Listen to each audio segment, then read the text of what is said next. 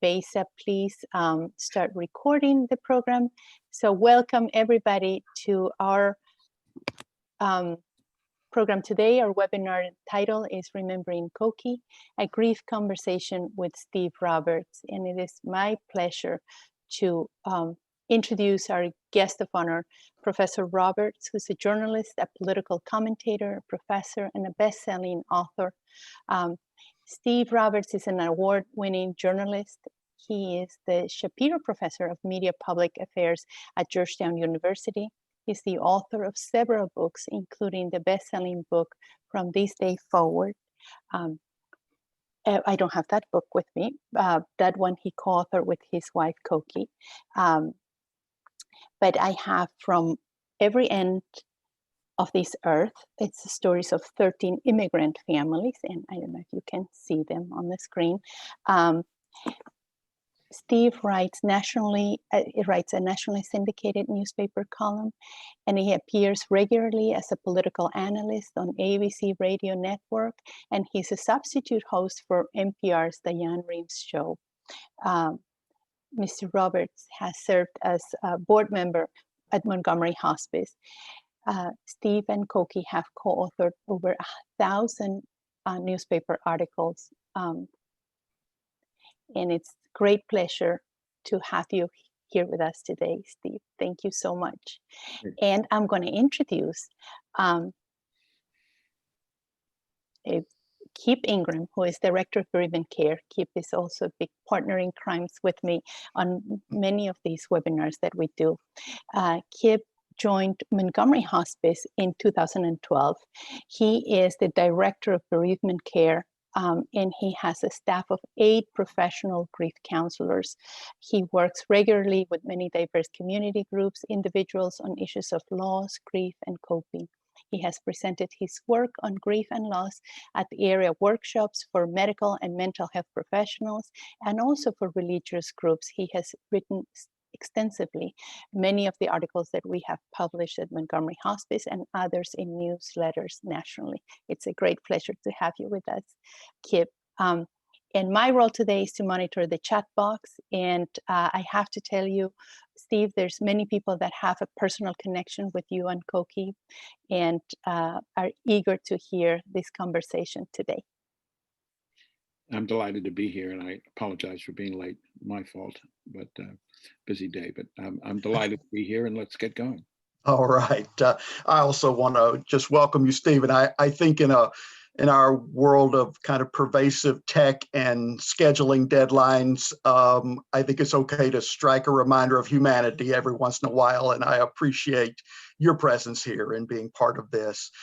A significant part of grief work is affirming the life of your loved one that you shared together. And I wonder at the beginning, although a number of people will know some of this, it might be good to share a little bit about the life you shared with Cokie, maybe how you met in the sharing of your life, the family that you built together, and your own kind of work and career collaborations. So would you share a little bit about that with us here? Sure. We were very young and very lucky.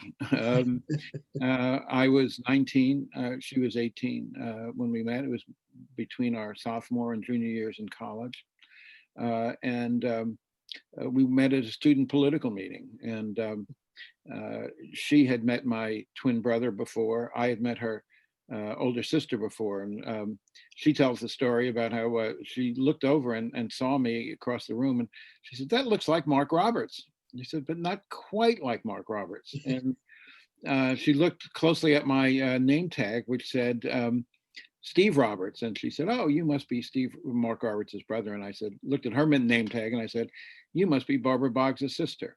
And that's how we met. But we were at Ohio State University for that meeting, but fortunately, our dorms turned out to be 12.5 miles apart back in Boston. She was entering her junior year at Wellesley. I was entering my junior year at Harvard. We went back, we had a couple of wonderful dates, and then I stopped calling because I was a total idiot. And a typical male who I had this totally ridiculous notion that I'd only call a girl twice, and then I would head for the hills. But then fate intervened.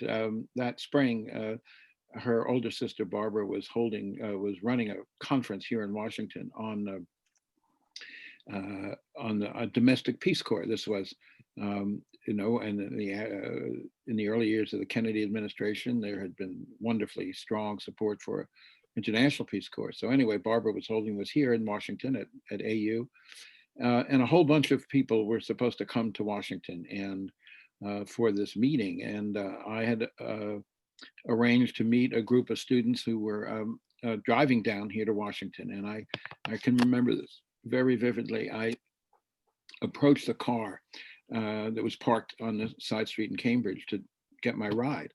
I saw Cokie through the back window of the car. And I said to myself, you idiot. This is the girl. And what the heck have you been doing for 4 months? We drove down and fate intervened a second time because a lot of the other guys who were supposed to stay here in Bethesda, in the very house I'm sitting in right now, which Cokie's parents bought in 1952 on Bradley Boulevard. Every other guy who was supposed to stay here for the weekend had somehow not shown up. And so I was here by myself. And that Saturday night, Cokie and I sat in a room which is literally directly below where I'm sitting right now, right? I'm on the second floor. This was the first floor right below me. We sat up all night talking. Somewhere in the middle of the night, Cokie scrambled eggs for breakfast. We were an interfaith couple. She was a very believing Catholic. She'd gone to Stone Ridge School here in very familiar school to many of our listeners in Bethesda. That was her background. And I was very Jewish, and not so much religiously, but from a tribal and historical point of view. And her older sister had been engaged to a Jewish man, and that relationship did not last. So we had a lot of problems. We had a lot of questions. But that weekend, we started talking them out, and we started seeing a future. We started seeing a possibility.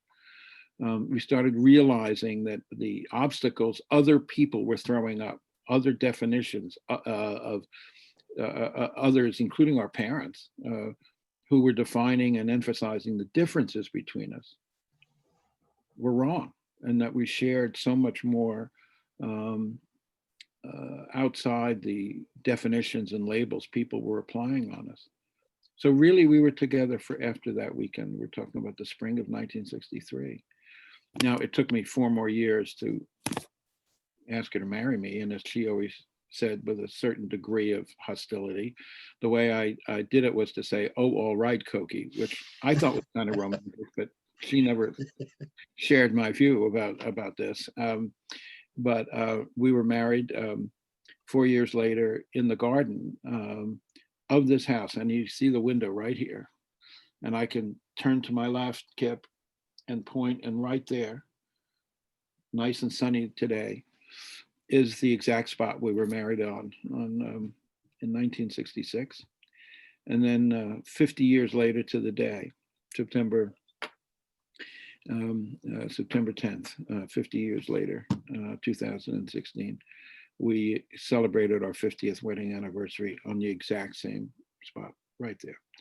So I'm surrounded by memories, surrounded by events, surrounded by very powerful images of our life together. And thank you so for sharing that story, but also about the kind of vivid reminders that are there in the house and the place you shared for so many decades. And I know that you have mentioned in a previous conversation that you're writing a book about her life and your life together. How has that been for you in terms of your grief? Has that been a way to process? Has that had some ups and downs to it? Have there been anything surprising in that for you? Well, no one forced me to do it. I chose to do it, and I chose to mourn this way. I gave a eulogy at Cokie's funeral, where I just told stories about her life. And at the National Cathedral downtown, there were over 1,000 people at the funeral, but it also was streamed. Many others saw it and heard it. And I was overwhelmed, Kip, by the reaction I got to the eulogy.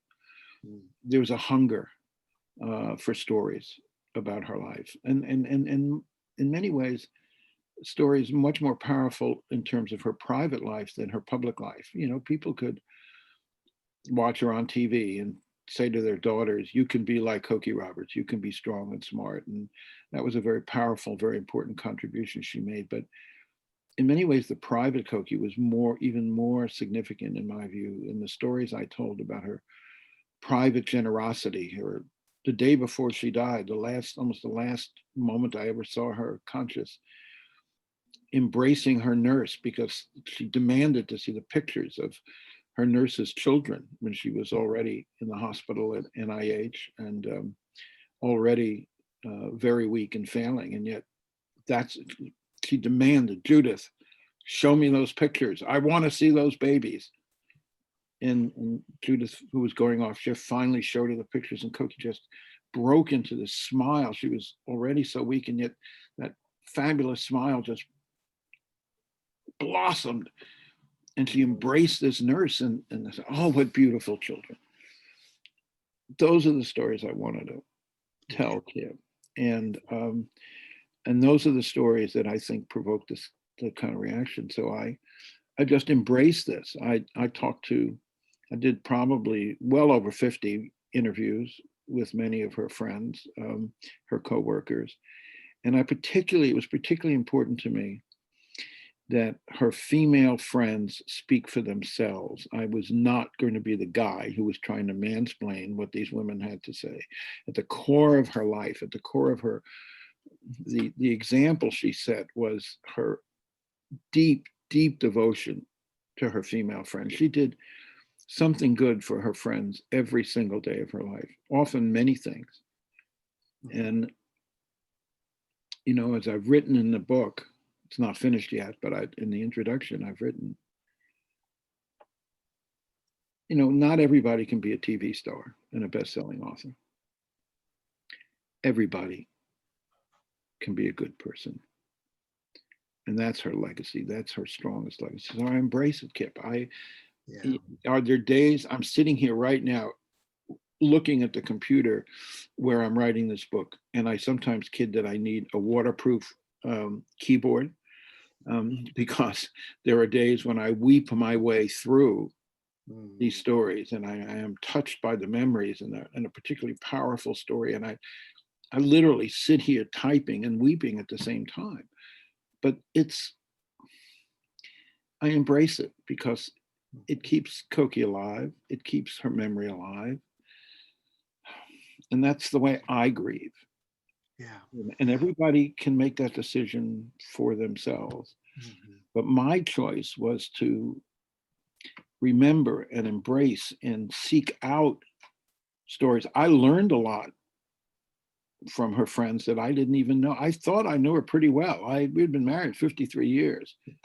And I heard stories I had never heard. I had tales of her generosity of spirit, times she went out of her way, often, you know, at times of grief for others.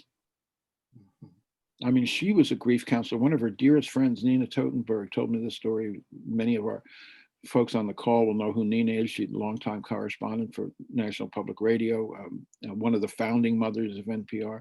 Nina's husband died some years ago, first husband. And Cokie was there with her at the funeral home, picking out a casket. And Nina did not want a particularly expensive one. The funeral home was trying to foist, you know, the really expensive ones on her. They finally was a choice between two simple, but in her view, very beautiful caskets, wooden caskets. And the guy at the funeral home was trying to push the more expensive one and says to her, well, Miss Totenberg, you know, your husband was a very tall man, so he'd be a lot more comfortable in this casket. more expensive one. Cokie says the two of them looked at each other and they just started laughing. They couldn't contain themselves. Right in the middle of picking out a casket for her husband, the whole thing was just so funny. And those are the moments. So Cokie, part of my grief journey, Kip, is that I'm remembering her, all the ways in which she helped others grieve. Mm-hmm. Mm-hmm. Mm. And it's a very important lesson for me. Yeah, thank you for sharing those kind of vivid memories and anecdotes. And yeah, as you say, part of that journey for you is being able to, even though everyone does this differently, finding your own time and your own ways to lean in or allow those feelings. And you mentioned about, the times when the tears would come, or the other ways that you're processing or just affirming these wonderful stories about her life. You mentioned one about close to the very end of her life. I wonder if you could share a little bit about kind of what the journey was like for you both, of her decline, of her illness and increasing complications, and then her death. Well, she had been diagnosed with breast cancer 17 years before. And she went through treatment, and as most breast cancer survivors do, and she had 14 years of being free from the illness. But she knew from the beginning that she had a serious case, that a number of nodes had shown cancer when she was first treated. And she knew a great deal about breast cancer long before she was diagnosed herself. She was a very ardent exponent of funding for breast cancer research. She tells the story of two friends in their 50s died the same week of breast cancer. And they were being mourned at the same funeral home. And she remembers being at the funeral home and seeing these two friends of hers, having died, were in separate rooms. And the funerals were staggered so that friends could go to both funerals. And that just infuriated her. And she became a very strong supporter of research, raised a lot of money for breast cancer research long before she herself was diagnosed. And she also learned a lot about the illness. So when she was diagnosed, she knew what she was in for. She had 14 years free of it, but she always knew that the likelihood was it would come back. And in fact, she was diagnosed with a recurrence just weeks before that 50th wedding anniversary that I described earlier, right in the same time frame. And then she entered, for 3 years of the kind of treatment where, some drugs worked and some didn't. Some worked for a while and then lost their effectiveness. She was being treated at NIH. She had a wonderful team of doctors. But, and there were times when we could live our lives pretty normally without worrying too much about it. And there were times when it would come back, and she'd get a bad report that this drug was losing its effectiveness, and it would hit us hard, and then she'd rally. And the times that she was most sad and I wouldn't say afraid, but sad, were when we were around our grandchildren. 6 gorgeous grandchildren who range in age right now from 15 to 20. And when she would be with the grandchildren, the very joy of those moments sharpened her sense of impending loss. And because she would look at them and say, I'm not going to see them grow up. I'm not going to be at their weddings. And that was very powerful and very hard for her and very hard for me. She shielded me from some of her deepest anxieties and fears. I've learned from some of her friends that she would confide in them, she'd call them, and she had a adage that she kept saying to me that she defined what my role was. And my role was to be supportive. My role was to be upbeat. And she said to me countless times, no sighing, no crying. And so I hadn't stayed happily married all those years to such a strong-willed woman by ignoring moments when she felt strongly about things. And so I tried very hard. There were times when it overwhelmed me. I would cry in the car.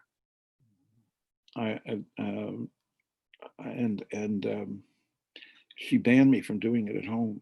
So I remember, particularly after I would visit her in the hospital, there was 1 year after her recurrence, she faced an operation, which was successful, but she was in the hospital. And it was a reminder that the illness was taking hold and was not going away. And I can remember very vividly just visiting her in the hospital and just coming home, just weeping in the car. She wouldn't let me do it at the hospital, so I didn't do it.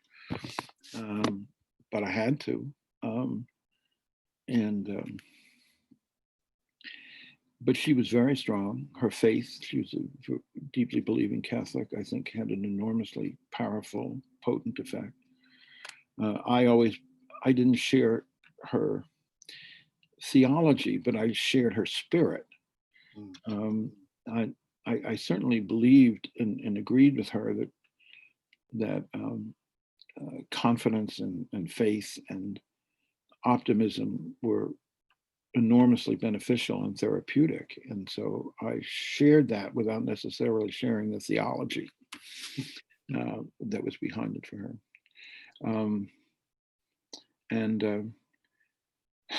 As the summer, in her last summer, she suffered several setbacks. It was clear that drugs were not working as well anymore. One goal that she had, that she became almost obsessed with, our oldest granddaughter was graduating from high school, and she had promised Regan, her name is, to speak at her graduation. And she just obsessively said, I've got to make it to Regan's graduation, which she did. And I know, because I've written about this, I've studied this, that many people who are ill aim toward a certain moment, aim toward an anniversary, a graduation, something that they hold on for. And that was in the spring, and she did speak. She was already pretty weak, but she did speak. But we thought we had more time. There was nothing left unsaid to each other about our affection or our loyalty. I told her 50 times a day how much I loved her. There was nothing unsaid there. I didn't ever feel that I'd missed the chance to tell her what she meant to me. But she died fairly suddenly, and even though we thought we were facing a long decline of months, and then she had an episode that she couldn't recover from because she was too weak, and so there were practical conversations we never fully had. But I have no regrets about, so many people when they're grieving say, I wish I had told my loved one how much I loved her. No regrets there. Yeah. In thinking about kind of some of those practical things, do you have a sense that she was kind of just entrusting that to you going forward and not feeling the need to work out all of those details, or? No, she didn't trust me to hardly do anything. I have had to, I knew, I'm only half kidding there. I knew what she believed, and I knew what she felt strongly about. We didn't have a detailed practical conversation, but I knew from knowing her life and her work and her values that of all the institutions she cared the most about, the school, Stone Ridge, that I mentioned before, was really first and foremost in her loyalties and affections. This was a school she went to from, kindergarten through high school. It was a Catholic institution that was run by and for women, which was very important to her. She was on the board. She was the spokesman for their capital campaign. And so I knew, I was pretty confident that I knew where she would want my philanthropy, our philanthropy, to be directed. And so, in fact, we are tomorrow. I'm taking a hard hat tour. We're in the Stone Ridge School is building a whole new student center, and the centerpiece of the center is going to be the Cokie Roberts Theater. And I made that decision pretty confident that I was acting on the value structure that. But then, I teach at George Washington University. Monica said it was Georgetown. Everybody makes that mistake. It's actually George Washington. But my students were faced with enormous financial crisis this year, like so many students, because of the pandemic. And so I created an emergency fund, the Cokie Roberts Emergency Fund, and we've now donated about $150,000 to emergency scholarships for students to keep them in school. And I'm very confident that I'm acting on her value system when I do something like that. And it must feel empowering to be able to do some constructive and helpful things in the face of sometimes just feeling helpless in the context of a loss that you sure and can't undo. I'm very, very fortunate here, Kip. I have the book to work on. I have the resources to be able to help other people in her name. Not everybody can do that. I know that, and I know how privileged I am. But everybody can find something that gives you a sense of not just memory, which is very powerful and very important, but value. What did your loved one value? What did she stand for? And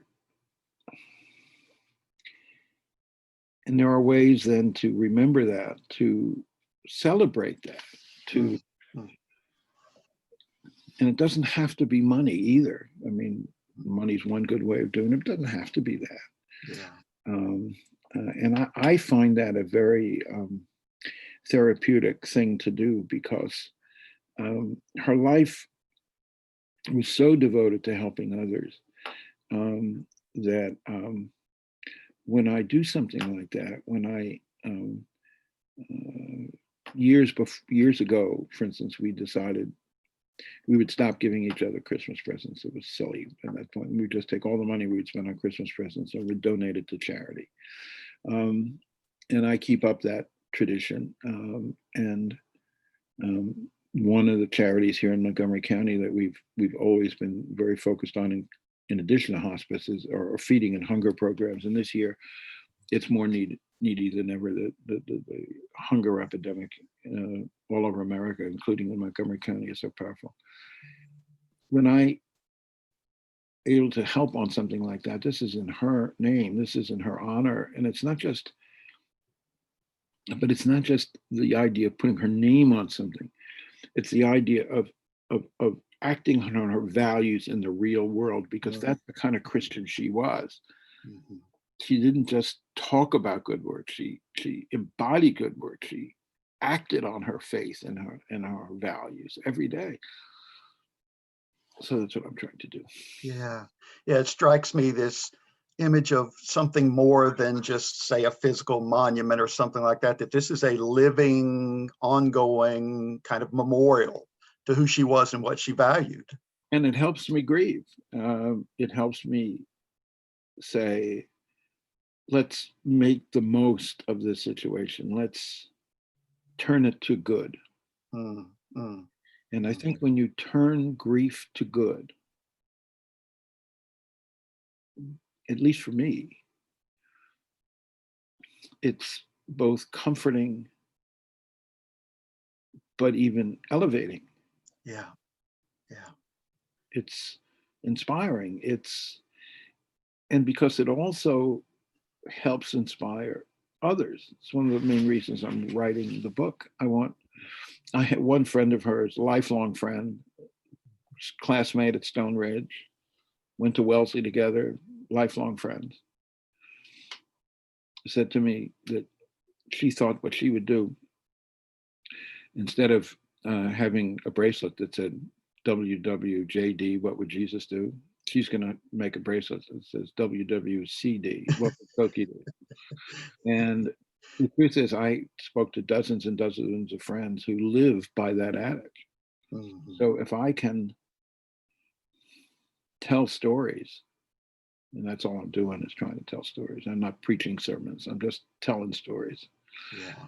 And if people can learn something from those stories, if people can say this is a model, this is an inspiration, this is a way of living and a way of acting that I can draw something valuable from them, that's a way of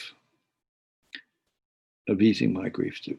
Yeah, it feels deeply resonant as you share that. And as you say, it's both inspiring the world, but also something that helps your own coping and Sure. your own dealing with your grief in this. Um, Shifting a bit, I wonder what were the early days after the loss like for you? What did you find most challenging? Was there anything that surprised you in terms of your own grief? I wouldn't say anything surprised me, partly because she had been sick for 3 years. Mhm. I, this is different from losing someone who has a heart attack or is killed in a car crash where you have no preparation for it. That's a whole different process, I think. Yeah. And Cokie had to go through that. When we were young marrieds, her father, who was a member of Congress, was killed in a plane crash. He was 58 years old. And she had to deal with this. We did together, but basically she had to deal with this sudden cataclysmic loss. I had years to think about it, to adjust to it. I was optimistic, but I also was realistic. Yeah. Yeah.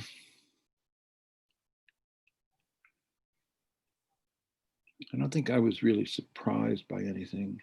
One thing that in some ways surprised me was what triggers had the biggest impact on me, because they were often very little things.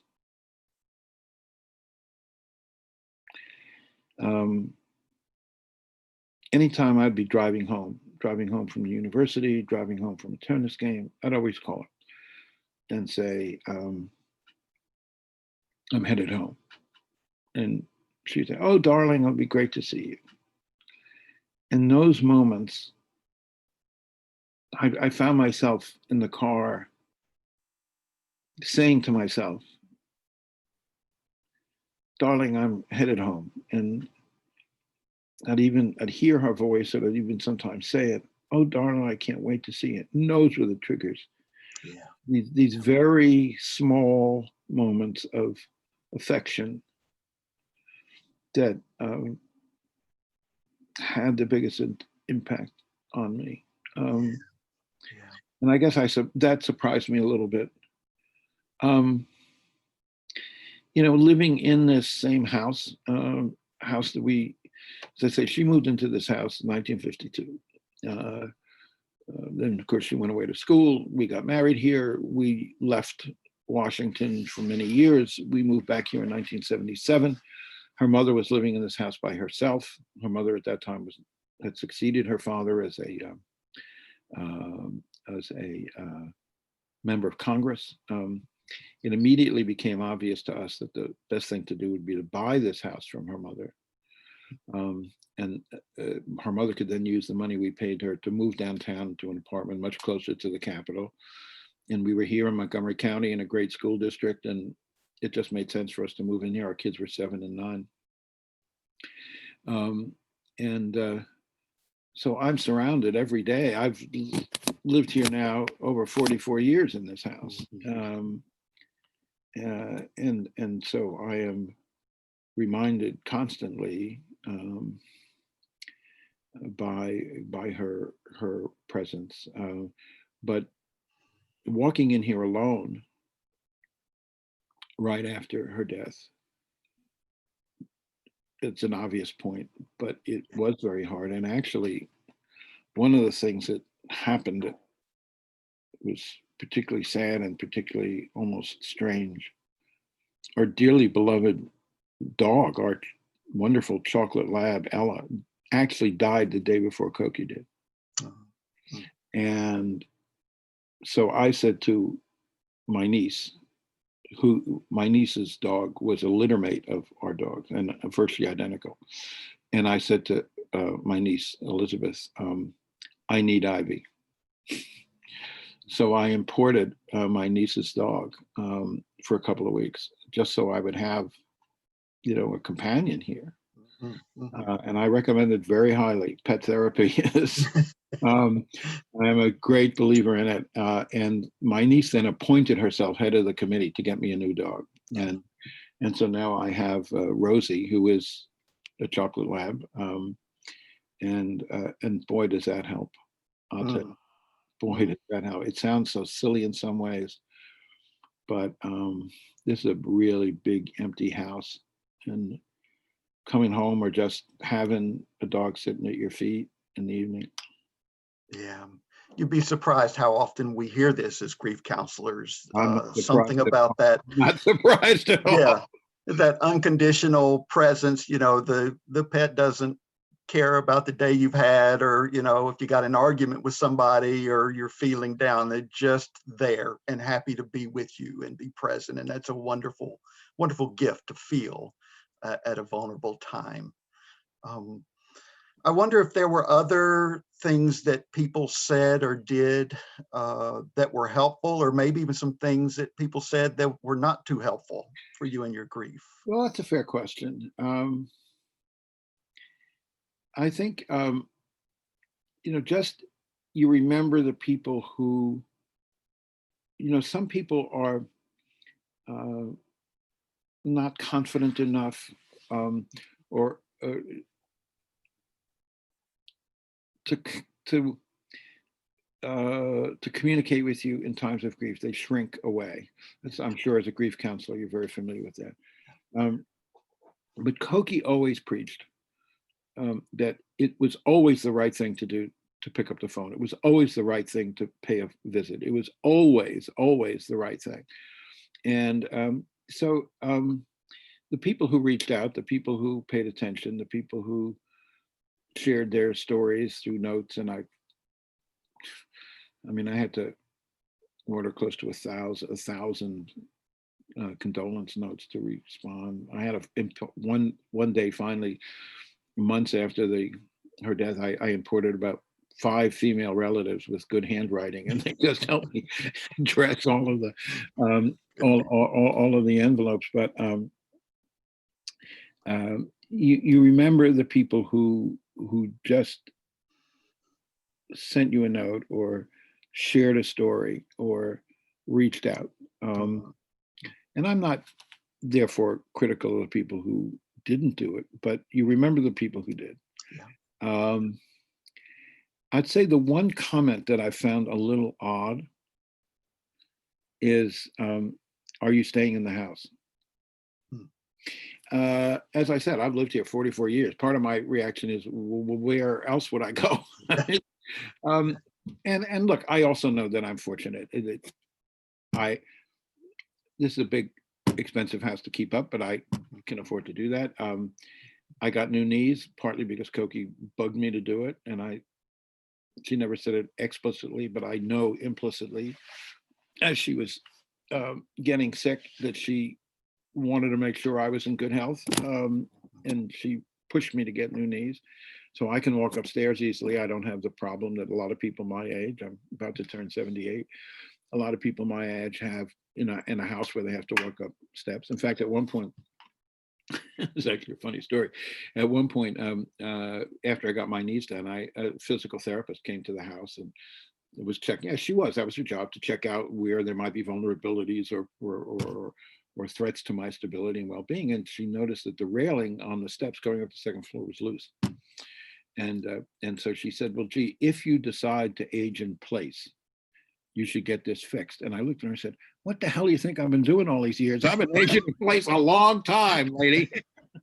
And so this is my home, and and it's not just that we raised our kids here. Our kids were 7 and 9 when we moved back here. This house has also been the hearth place of an extended family. All of the Passover Seders, all of the Christmas celebrations. Not only did we get married in the yard, there have been 6 weddings in this yard. Countless engagement parties and book parties and celebrations, and a huge extended family is connected to this place. And so,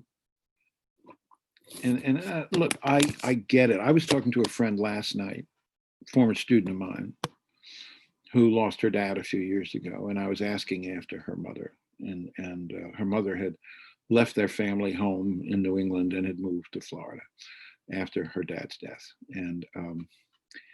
And I said to her, I said, it's so odd that people think I might leave this house. And she said, well, that's what my mom did. My mom left and she said, I want to turn a new page. I'm going to move. And that's the way she dealt with grief. And that was just as legitimate as the way I'm doing it. But I have found it a little odd when people ask whether I'm leaving the house, because I've been here a long time. Yeah, what you say in terms of, it sounds like just the layers and layers of meaning that house holds for you, from the weddings to, you know, the everyday reminders of things you look around and see that are so evocative that clearly that brings comfort. And it's although not just about Cokie. I mean, over my shoulder here, in this bookshelf, people might see that there are some books that are flat on the bookshelves, you know, that are displayed. Those were written by my father, and who was a children's book author, and he wrote 10 children's books. And I want them there. I want to be reminded every day of my parents. I have a dozen pictures on those bookshelves of my parents and my siblings. That's who I am. You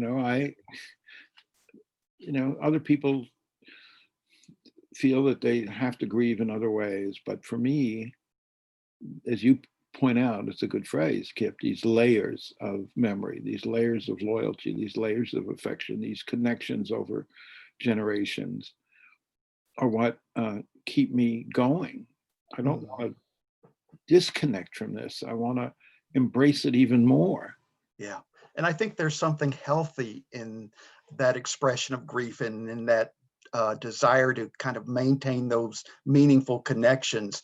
You know, the kind of myth that runs through our society, you hear people sometimes say, oh, you got to move on, you got to let go, and this kind of thing. And that's not really true. That grief is really more about learning to hold on in new ways to those mementos and those stories and those experiences that are so rich, and clearly rich for you in the house and in the place that you're at. And one of the things that happened that I didn't anticipate, I have 2 children, 6 grandchildren. My daughter lives here. And I go over there pretty much every Sunday for dinner. But my son, who lives in North Carolina, has called me every single day since his mother died. Every single day. Wow. And I know he's doing it mainly for me. I think he's doing it partly for himself. Yeah. You know, Yeah. part of what you go through in this process is not just understanding and confronting your own grief.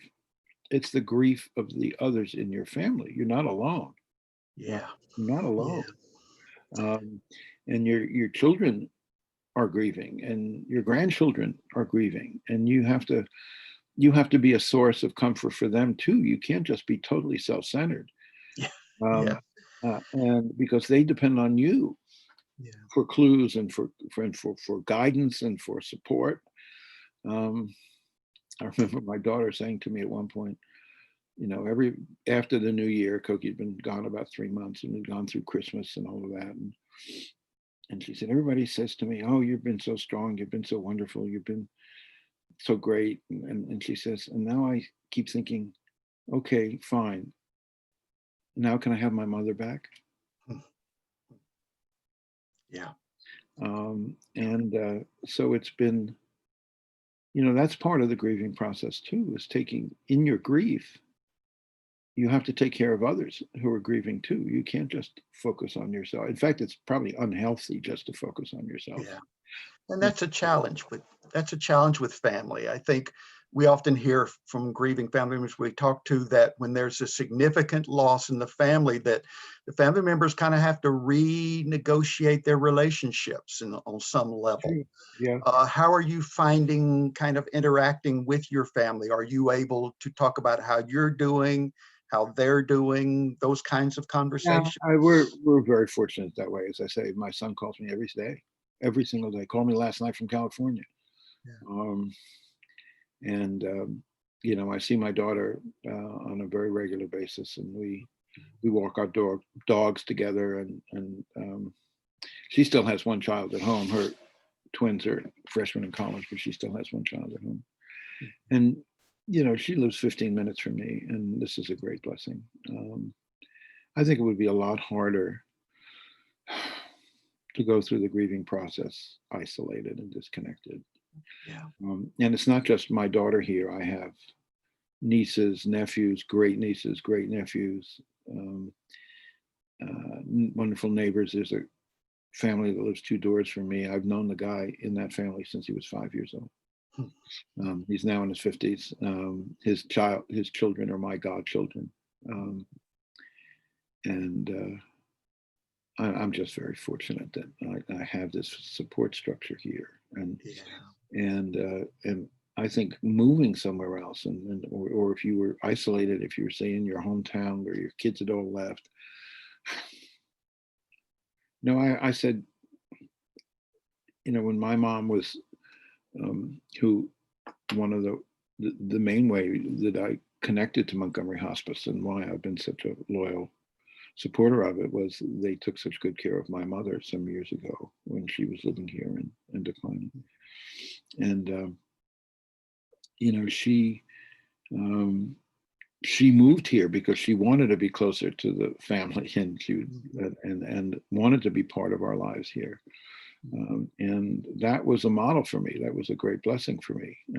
I saw what it meant to my mother. When my mother was sick, that instead of, she lived into her 90s, she was going to get sick, right? And instead of getting a call from her caretakers and having to get in a car and drive 3.5 hours to New Jersey, I could drive 10 minutes to Suburban Hospital.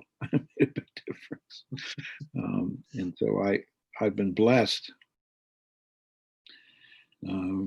to have that powerful family circle for a long time. Thank you. Thank you for sharing that.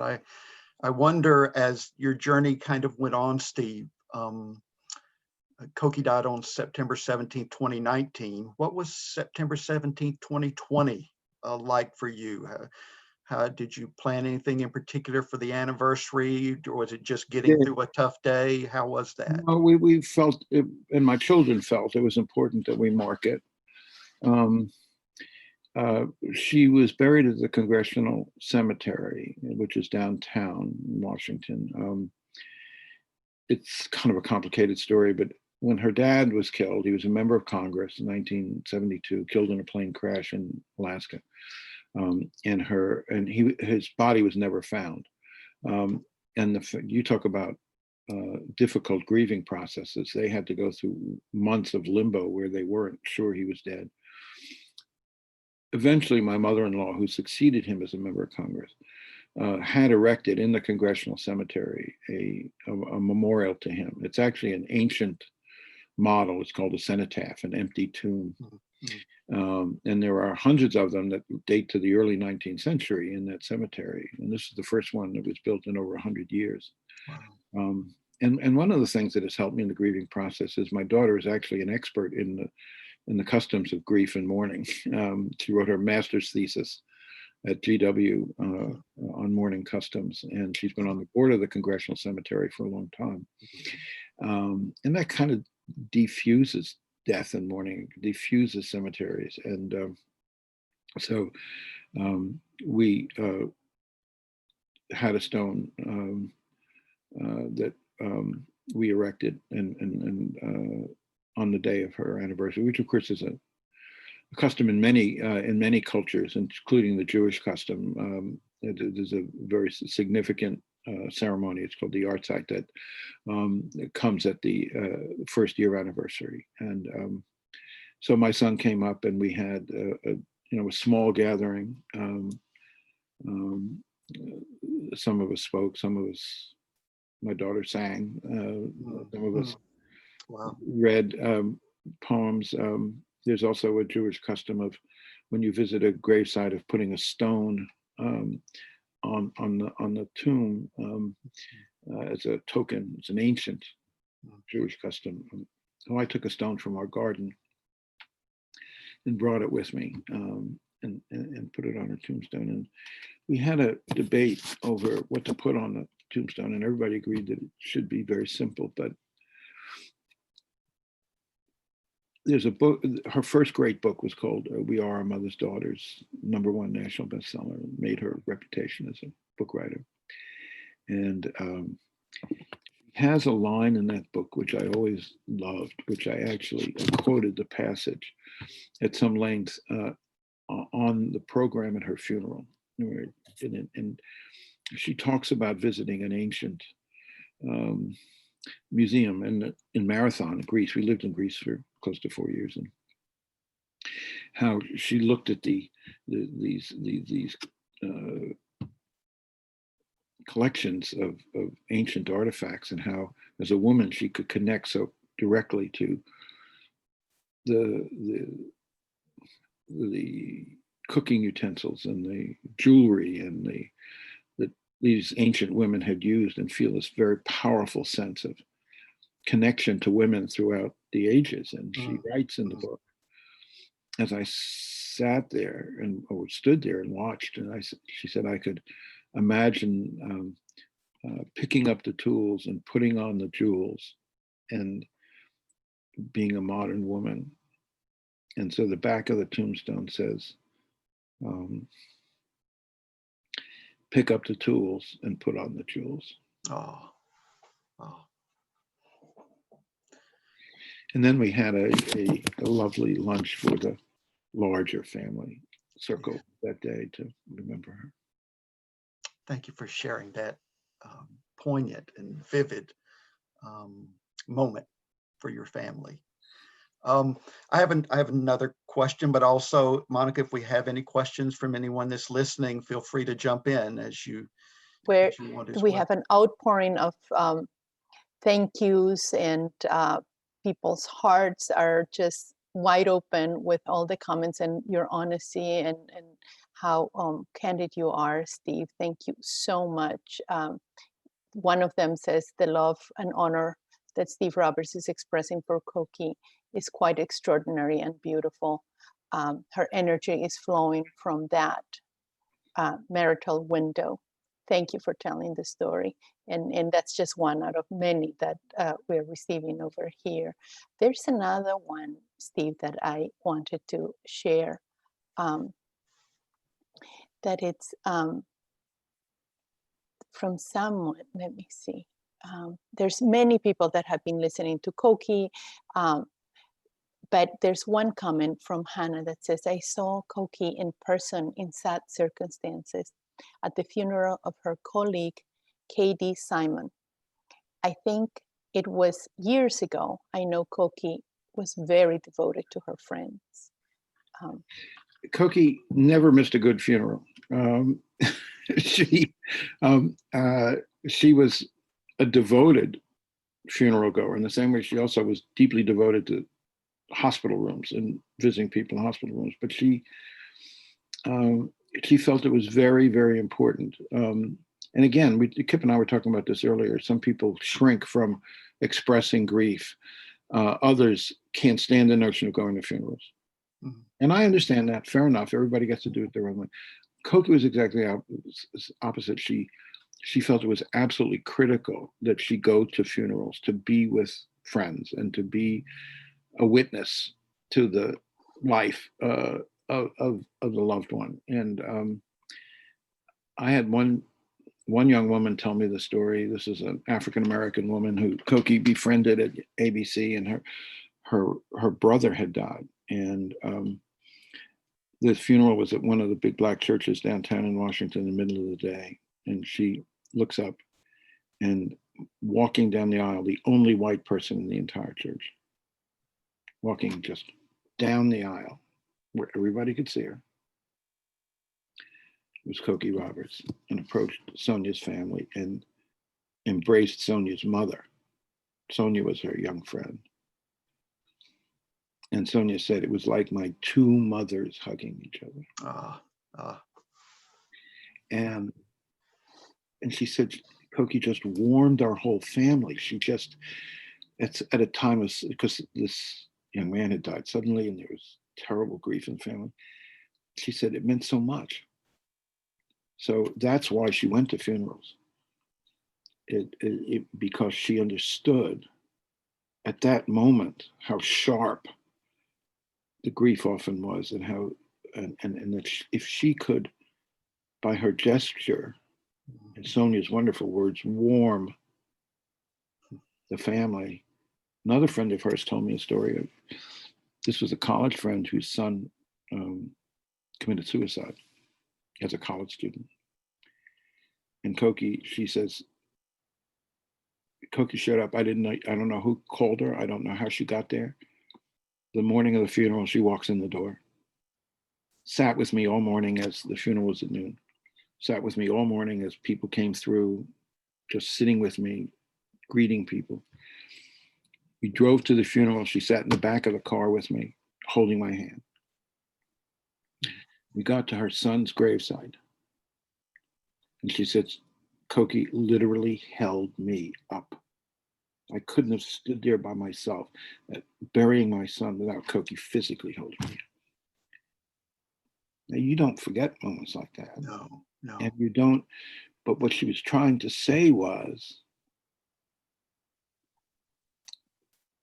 these are moments when your friends need you the most. Yeah. And you have to be there for them. Yeah.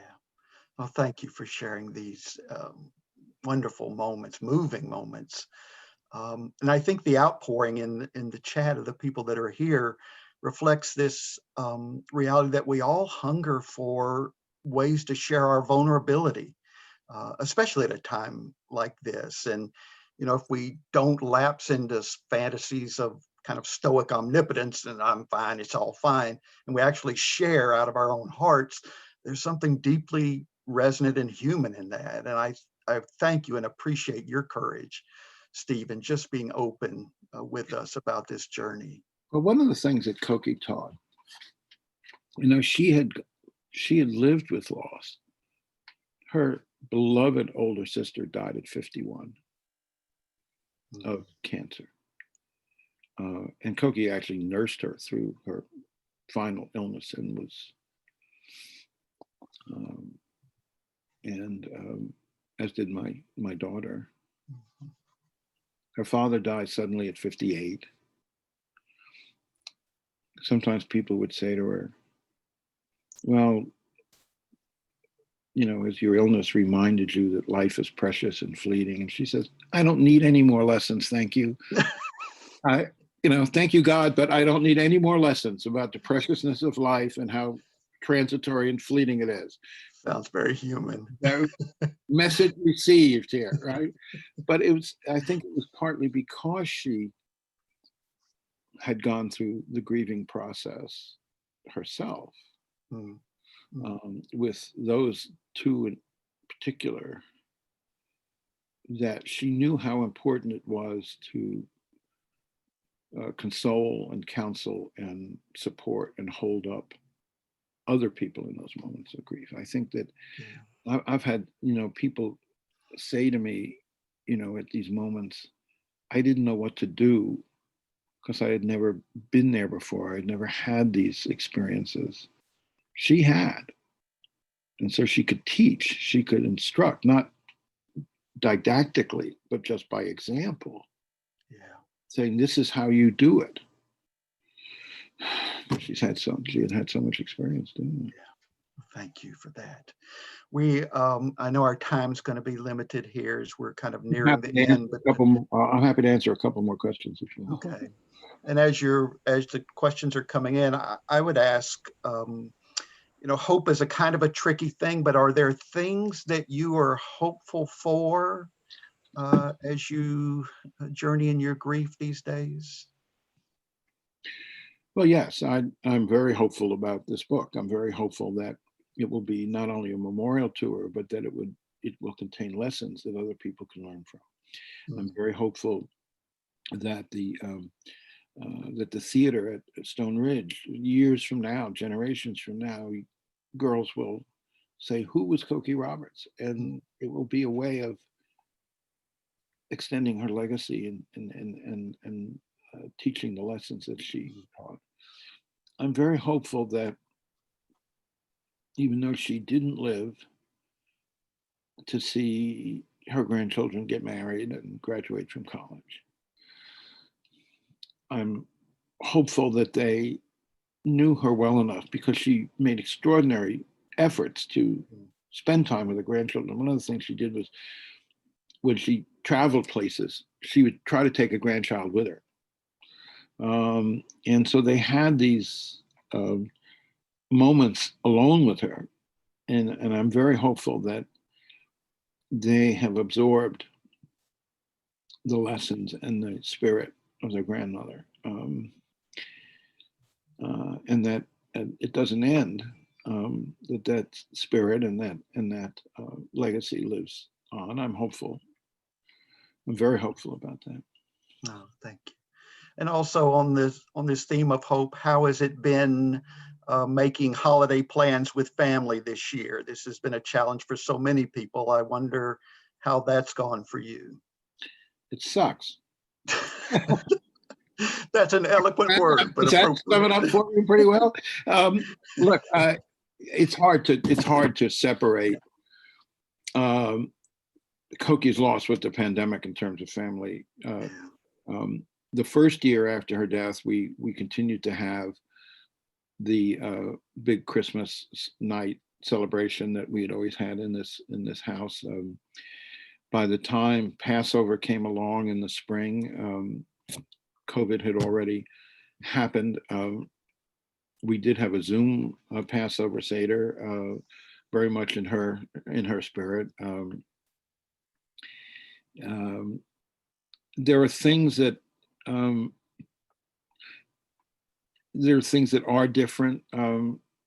My children said to me, for instance, we, as a family for many years, particularly after our kids went away to college, and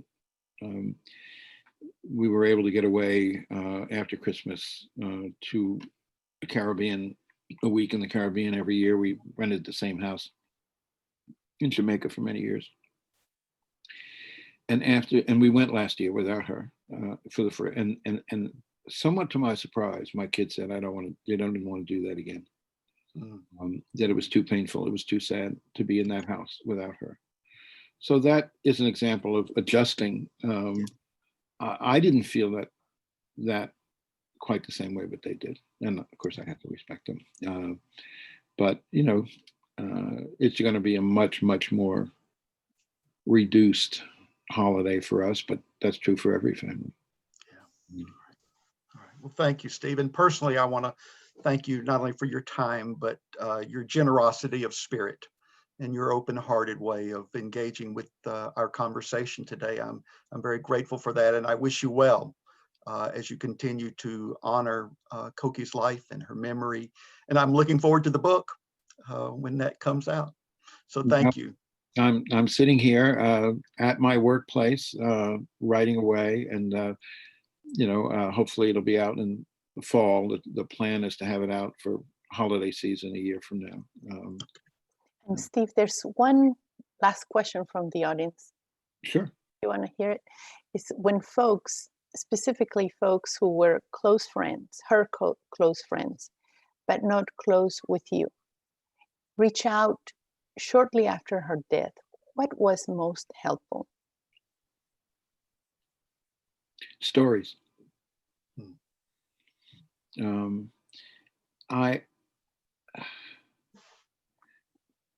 Any expression of condolence or memory was welcome. But the ones that were most vivid, the ones that were most reaffirming, were the ones where people said, let me tell you a story of what she did. Let me tell you an encounter I had. Let me tell you an experience I had. And not shrinking from memory, not shrinking from celebration, not shrinking from pain, but embracing it. Thank you, Steve. One last question that I don't know. Here, one last comment, actually. It's Hannah says, I am Jewish and very involved in funeral issues and death.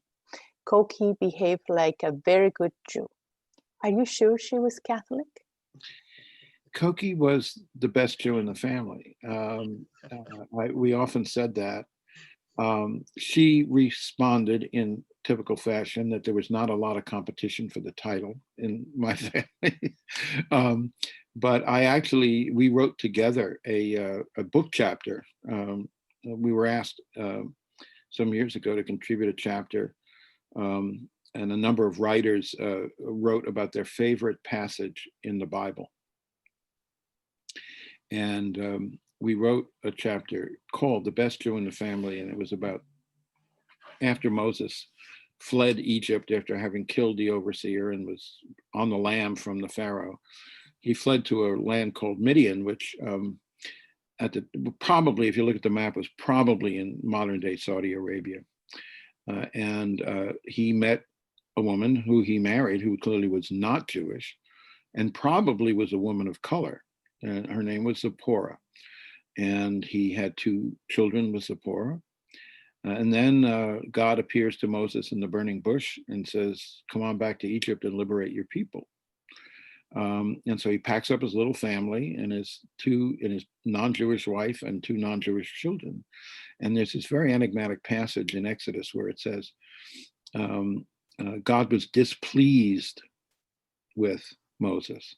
And the context indicates he was displeased because these 2 sons of his were not circumcised and therefore were not part of the covenant of the Jewish people with God.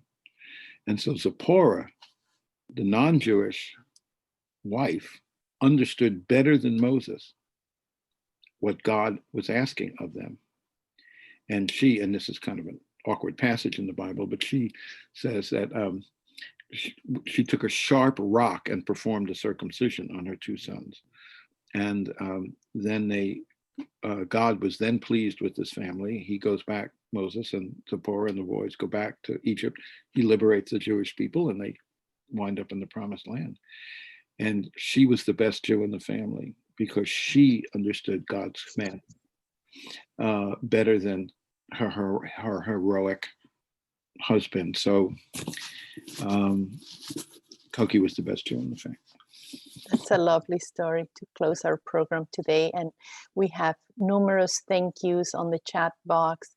And I think I am eager to read the book, and I'm eager to schedule a program for the time when the book is out to talk about the book, because hearing those stories was amazing today and so inspiring to me personally as a woman. And I imagine the audience. We're seeing a side of Cokie that many of us might not have been aware of, and you are presenting it in a way that you're honoring her memory in the most beautiful way. Well, thank you for the opportunity to both of you. I'm doing my best here to honor her memory. Thank you, and thank you for everything. Thank you, kids. Thank you to the audience. We're recording this program. We're going to send the recording to you. If you missed any parts of it, it'll be there recorded for you. If you need continuing education credits, please click on the chat box. We have the link for the evaluations that you need to complete. And I think BASA is going to stay a little longer here, so you have time to go through the evaluation and click on the chat box. Thank you very much, and thank you. People are saying this has been a blessing. So many people who were grieving what you were saying was resonating with them, Steve. It's really, I wish I could capture the images of all the comments in the chat box. Well, I appreciate it very much, and you all take care. Bye. Thank you so much. Bye-bye.